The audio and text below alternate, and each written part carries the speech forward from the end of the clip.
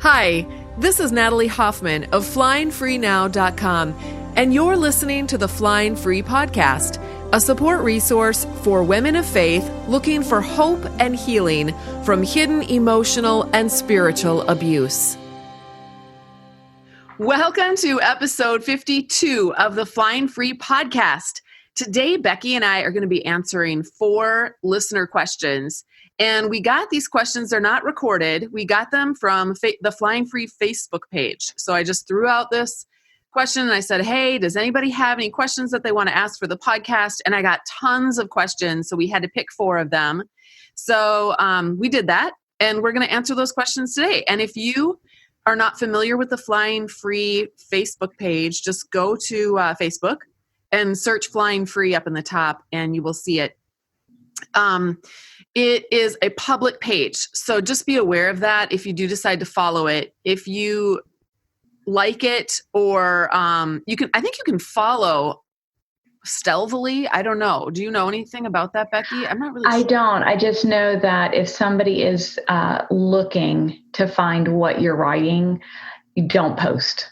Join the private group because anyone can find your comments. Right. Yeah. So don't comment if you feel like someone might be seeing your stuff. So, and I think there is some confusion around that Facebook page. So you do need to be careful, but I do post stuff every day over there, articles, not just mine, but other articles that I find on the web, quotes, memes, just stuff like that.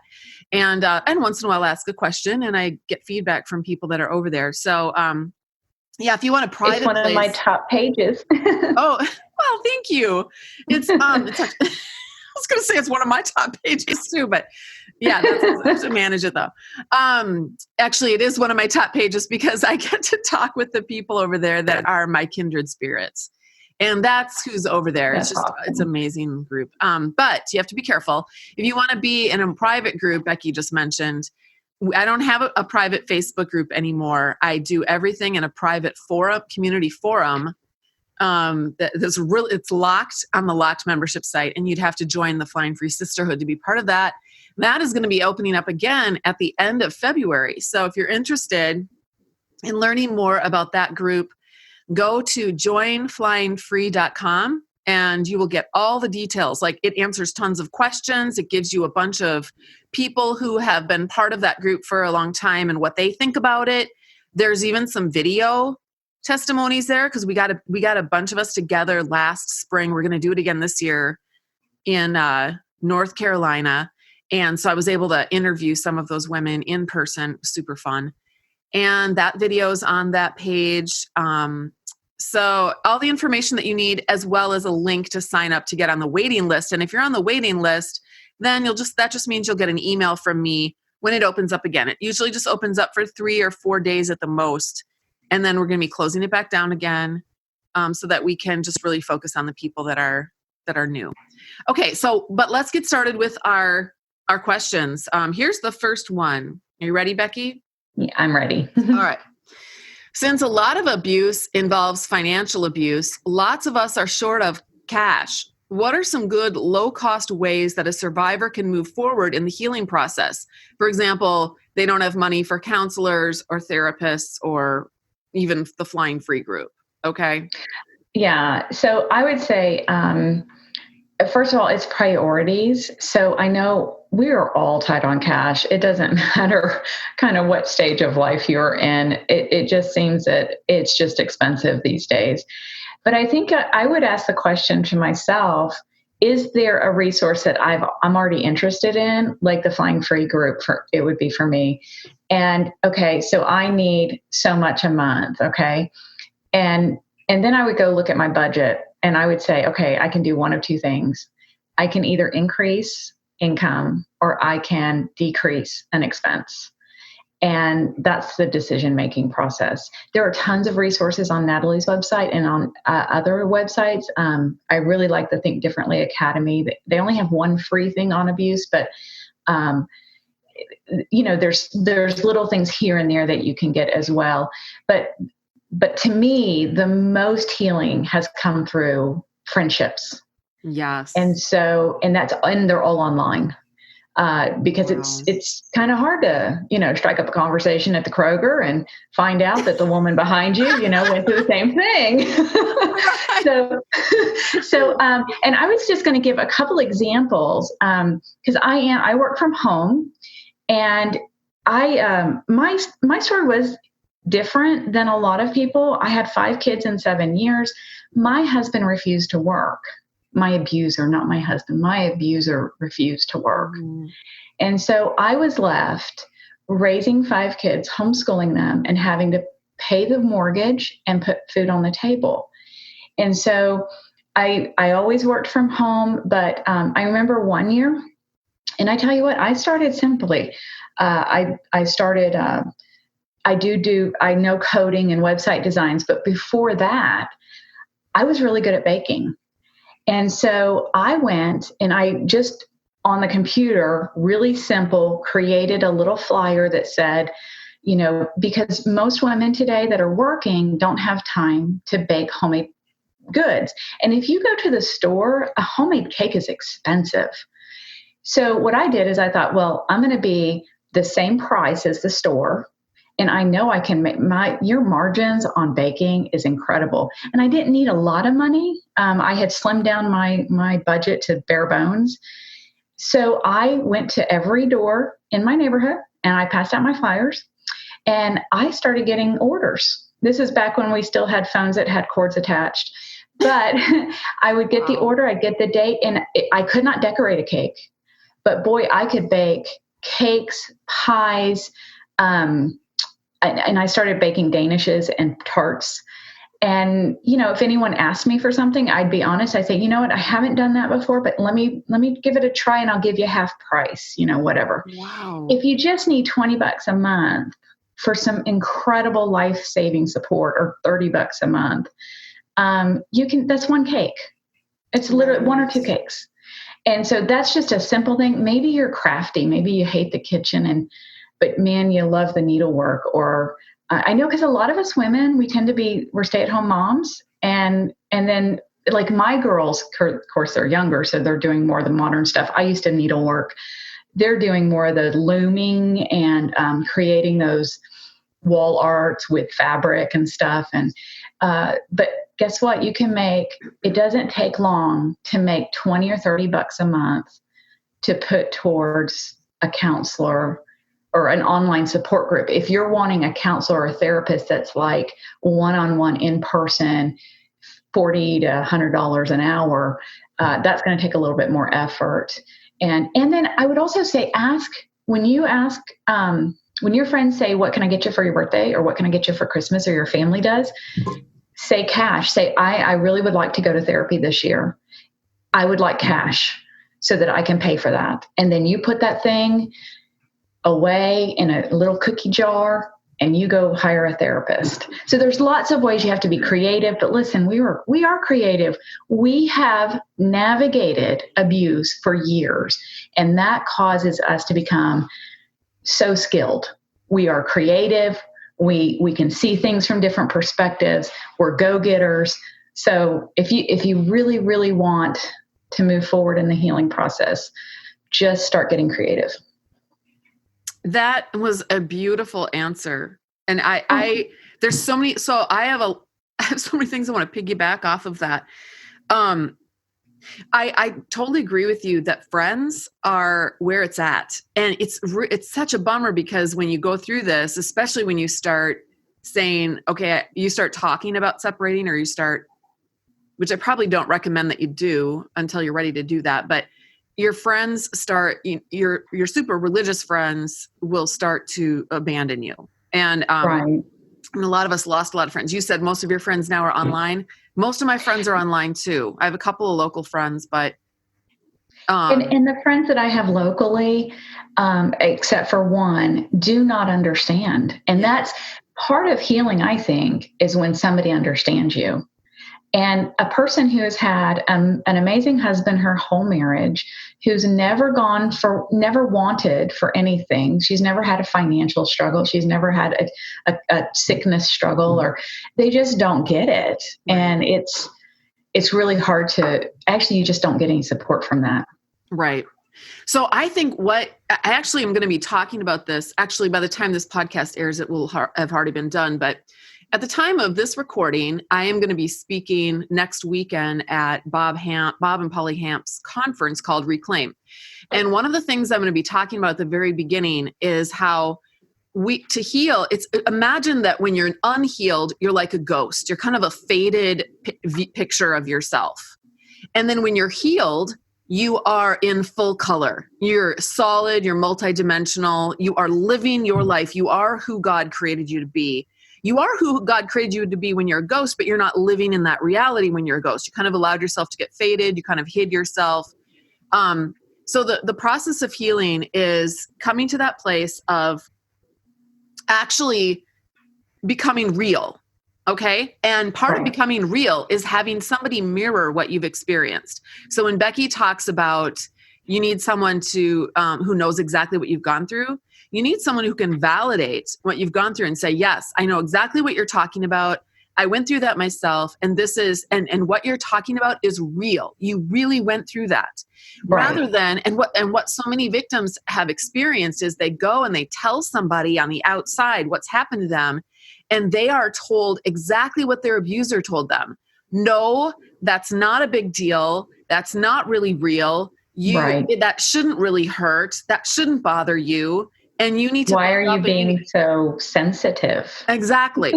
And you are actually, they take a big eraser and they erase you even more than you had already felt before. And it's re-traumatizing. It's extremely traumatizing for anyone, child or adult, to go through that kind of thing. So, and I do want to put a little addendum. A therapist, a good therapist, and good is hard to find, but a good therapist, they don't necessarily have had to live through it, but they have enough training and they've seen enough clients to understand it. Yeah, although I haven't really experienced that I had an amazing therapist. Oh, that's good. Yeah, and he actually experienced it too, so. Well, so as far as the therapy part of it, I was going to say, and I'm sorry, I keep doing shameless plugs for Flying Free Sisterhood, but it is an amazing program and it provides both of these things. It provides the fellowship that you need, the validation that you need, but we also do coaching in there. So normally I would charge $125 for my coaching fee, probably more now because I have so much more experience at it. And I'm good at it. I'm good at coaching. And when you find someone who's a good counselor or a good coach, you're willing to pay for that. So I don't do any coaching though anymore. I decided not to do any private coaching and to focus on the women that are in that group. And so I do coaching inside of that group and it doesn't cost anybody anything extra. So you pay the $25 fee a month and you get coaching. You can come to one of 4 or all 4 coaching opportunities. They're called office hours a month. So 4 opportunities for that a month. And then 1 Q&A every month, a live 2-hour Q&A. So you can ask questions and you can listen to other people get coached. Most of these women have the exact same problems and questions that you have. And it's just, it's a wonderful resource. It's at their convenience too in many ways. Right, exactly. For me, I live kind of out in the country somewhere. Exactly. Yeah. And it could be something where something comes up and you're dealing with that emotion, that trigger at that moment, and you have a place to go get help immediately. Yep. Yes. And the forum, you can, some people just do, we've got lots of different topics in the forum, but one of them is just a dump. So you can it's called Rant and Raves. So you can just go on there and you can just rant and rave. There is absolutely zero judgment. You guys, I have never, ever seen anybody judge on anybody else. Okay. Awesome. Never. So it is awesome. But let's say I do know people who absolutely have no wiggle room. Like they're barely making their mortgage payment. They're living on next to nothing. So a couple of suggestions that I would have for that is, first of all, look to see, like Becky said, look to see if there's any ways that you can raise your income. And whether that's, let's say that you're doing a job. Well, I'll throw out some ideas of jobs that actually pay better than like some office jobs or retail jobs. Waitressing or serving in restaurants pays really good. And usually you can get a job right away because restaurants are nicer restaurants aren't always looking because most of the servers in nicer restaurants are career servers. But that's something that you could do. You could be a career server. But my daughter, right out of the gate from high school, went and got a serving job, and she makes money hand over fist serving in just a local mom and pop pie shop. And then another idea is house cleaning, which I know, some people might think, oh, that I'm not going to go and house clean, but house cleaning makes good money. You go leave flyers in wealthy neighborhoods in your area, or, even if you have to drive a little bit, and you will, I live in a pretty nice area, middle class area in Rosemount, Minnesota, but there's a lot of nice apartment buildings. There are people that if I lived in an apartment, I have a friend who lives in an apartment trying to make ends meet, single mom. If I lived in an apartment, I would go to all the wealthy areas around me and I would drop off flyers and say, I can house clean for you. Here are my prices. And then I would do that when my kids were at school. I would go and house clean. And again, you can make really good money per hour. You can make $50 an hour doing house cleaning. Right. And that was my first job, actually. Here, to piggyback on that, I worked and cleaned offices at night. And so, every situation is different. Sometimes you might have your kids at night, sometimes you might not. But I got a company, they had a lot of turnover. And so I just said, well, is it okay if I only work on these specific days? And I had to drive to, the big city and I cleaned offices. I made about $40 to $50 an hour though. I only did it a couple hours every day, but it was great paying. Yeah. And I think it just takes, again, that creativity of just really looking. There's apps now where my brother babysat dogs on an app. 3 or 4 people would come over in the morning and drop their dogs off. And he already had a couple of his own, and they would come in and out of the house. He had a big yard fence. He was making hand over fist money just babysitting dogs. Or walking dogs. You could have a dog walking business. You could even just babysit a couple of kids in your home, babysit and for then a you family. Use the internet, care.com. I mean, not to put a plug for them, but that's where we found somebody to help us with our dog. That's where I look to help get somebody to help me with the house if I need to hire somebody to help do a thorough cleaning before a wedding. So, lots of ideas. Okay. And then I was going to say too, so Becky started a little business in her home baking. I started a little business in my home making soap. And I remember people, even after that business became a thriving business that made me great money over the course of 10 years though. So here's the thing too.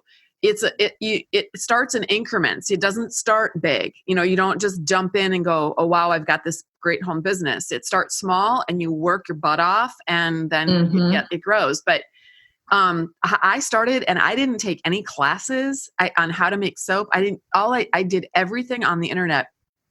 Everything I learned was from Google and YouTube videos. And I started with just little dinky equipment, and I started with just small little loaves and started by giving my soap away. Then I started by selling it for just really small amounts of money just to get people hooked on it. And then I used the money that I made to actually put it back into the business. So I never really made any money for about 1.5 years because I would just take everything that I made and I'd buy better equipment and I'd make bigger loaves and better. And I got better and better at it until pretty soon I had a soap business. You can go look it up online. I sold that business. It belongs to someone else now, but it's called Apple Valley Natural Soap. And it's 12 years old now, and it's been going, actually almost 13 years old now. It's been going strong. That's awesome. Yeah. You know what? One year the kids wanted to go to Christian camp in the summer. And I didn't have 2 pennies to rub together. So I went to the Walmart manager and I said, my kids want to go to camp and I don't have the money. Do you mind if I set up a table and sell baked goods just for one day, one morning? And we lived out in the, not the sticks, but in a suburb that was pretty far from the main city. Okay. And he said, sure. I cooked for 3 days. We made $1,500 in 4 hours. Wow. I know. And That I sent is amazing. all the kids, and the kids helped me, and the kids understood, like, okay, if we want to do something special, we have to give a little extra work towards that. So it was good for all of us. That is a great story. That's a great story. Is this content resonating with you? I've written a book for women of faith in destructive relationships called Is It Me? Making Sense of Your Confusing Marriage, a Christian woman's guide to hidden emotional and spiritual abuse. You can read reviews and find out more about my book on Amazon.com. It comes in paperback, Kindle, and Audible formats. And new for 2020, I've created a companion workbook for Is It Me, also available on Amazon. This workbook is like 11 power-packed therapy sessions to help you process through the important material you'll be learning from my book. These books are recommended by counselors and therapists all over the United States. I've also got a website specifically focused on helping women of faith find hope and healing. It's called flyingfreenow.com. I'll even give you the first chapter of my book and the first chapter of my companion workbook for free when you hop on my mailing list at the top of my website. Those 2 resources are going to help you figure out if your relationship is normal or destructive. And now, let's get back to our episode. We're almost done with this podcast episode, and we've only done 1 question. So I think we're going to only get to 2 questions. Okay. Is there one? I gave Becky the questions ahead of time. Is there one that you really want to talk about? I do. I wanted the one about when I went to my church. Okay, why don't you read? Do you have the question in front of you? Or I do. Okay. It says, when I went to my church for help in my emotionally abusive, abandoned marriage, my pastor said that there are always 2 sides to every story, that he couldn't choose sides. We're all sinners, and it is against the Bible for a woman to separate from her husband. He basically said that unless I had marks on my body to prove abuse, there's no way for him to know how best to advise me. How would you, in the moment of conversation, have responded, and how should I have responded? That is a great, in-depth question, but I wanted to really pinpoint a few things. Okay, first of all, obviously what we know now, we did not know back then. So I'm going to say what I would have done, but I don't know that I would have ever done that in the moment because I was still in the cloud of abuse. Right. I would never go to a pastor. And I don't mean that all pastors are bad. What I mean is they are not trained. They don't understand it. And let me just give you an example of what I read when I read this. I have a problem with my car. It's the carburetor. Not that I know what that is, but let's say it is. Now I am going to go. I'm not going to the Jiffy Lube, and I'm not going to the local mechanic shop. I'm going to the car wash. I'm going to go to the car wash, and I'm going to expect them to fix my carburetor. Right. And that is exactly what it is when you're going to a pastor. Now, there are a few, and they're very rare, pastors who have taken strides understanding, the responsibilities that are expected from a pastor, not that they are biblical, but and has gotten trained in these areas. But you're talking like 1 in a million. Yeah. But again, and let me, and then the second thing I wanted to point out. So first of all, that's not even where you should be talking.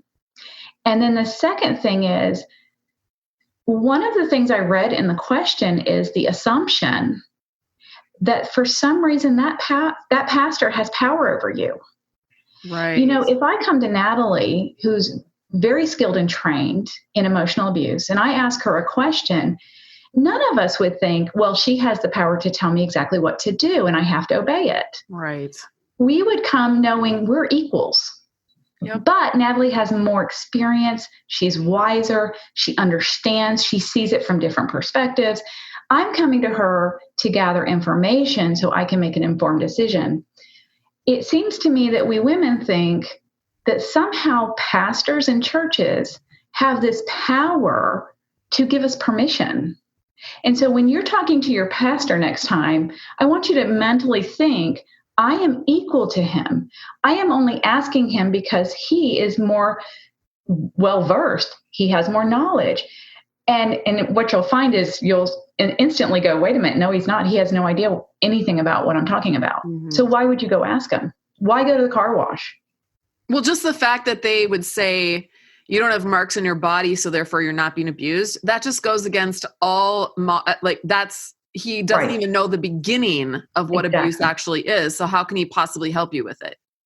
And with all that has been in the news in the last 4 years, with whether it's Me Too or Harvey Weinstein or any of that stuff, does he not have a television? Does he not understand that there's coercion, that there is, you have to literally be living under a rock not to know in this day and age that abuse is not physically hitting.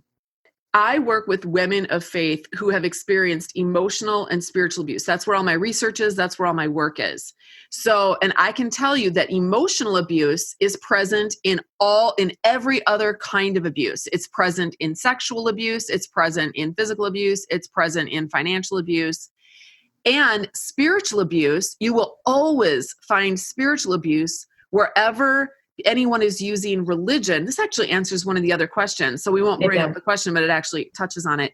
Wherever people are using God or the Bible or anything of a religious nature to manipulate or cause another human being to do something that they want that person to do. So in other words, well, God says that you should do this, so therefore you should do it. That's spiritual abuse. Now you can say, a pastor can say, this is what God's word says, but it turns into abuse when they say, and so therefore you have to do it, because that's taking away the other person's power. All right. You can't do that. God gives us all autonomy to make our own decisions. And yeah. Exactly. I was going to say, if I had to respond, here's my snarky response. Okay. Oh, good. Love that. So essentially he's saying, when he says he has to listen to two sides to every story, I would have snarkily said, do you say that to rape victims too? And just like mic drop, walk away. Now that's me being snarky, and I try not to do that. But to be honest, what I would have said is, I don't think you understand what's happening in my home. And I think it takes a professional who understands what's going on. And although I appreciate your advice and I appreciate that you probably have the best intentions, this is outside your wheelhouse. And so I'm going to go and I'm going to get professional help, and I'm going to make decisions that are best for me and my children. And I hope you can respect and support that. And that, the response of the pastor at that point is going to tell you if you need to just get out of Dodge.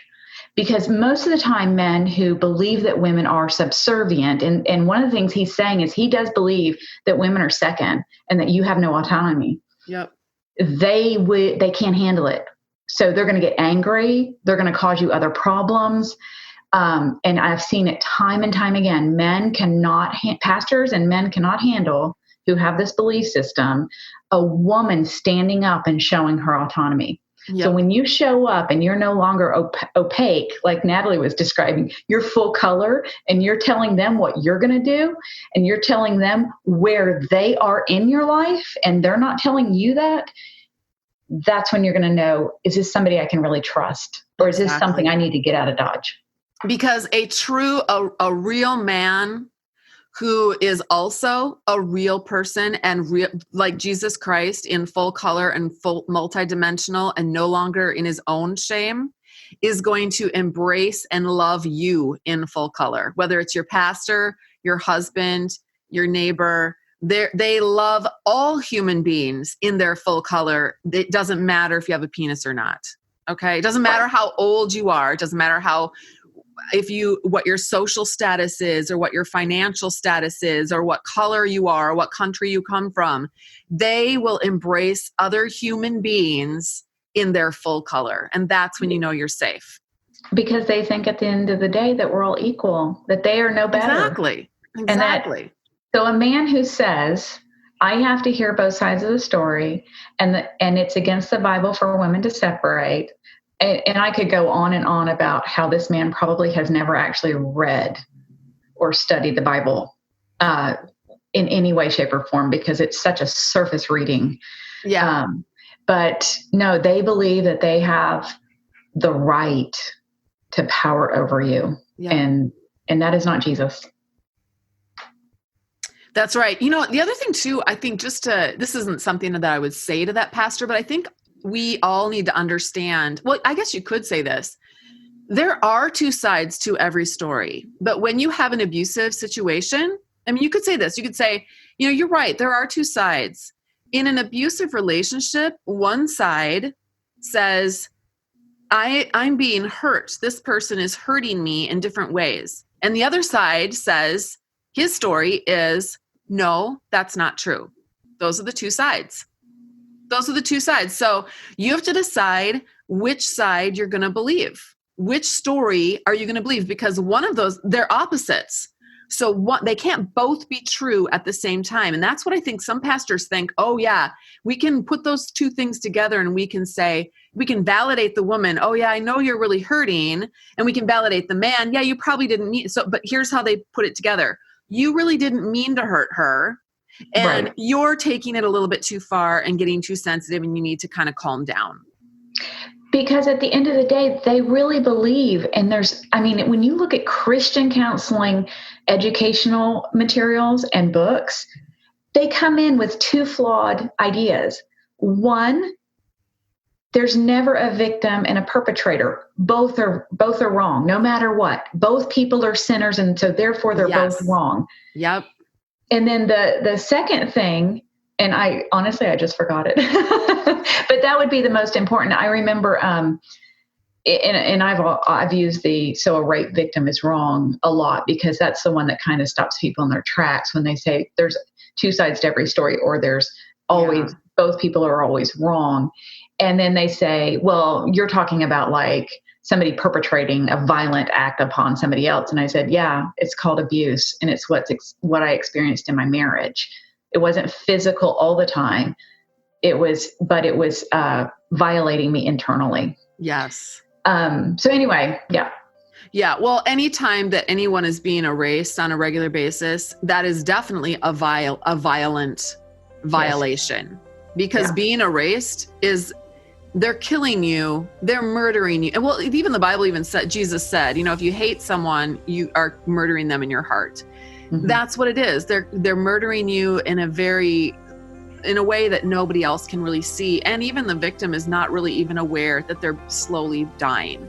And it affects their psyche and their emotions, it affects their spiritual life, but it also affects them physically. And that's a whole nother topic for another time of how the physical ramifications of emotional abuse. But anyway, this was a great episode. Becky, I always love talking with you, and I'm super glad that we got to just talk, the two of us. And thank you so much for being on the Flying Free podcast, and we'll do it again. Okay. Thank you. Enjoyed it. And to the rest of you, thanks for listening. And until next time, fly free.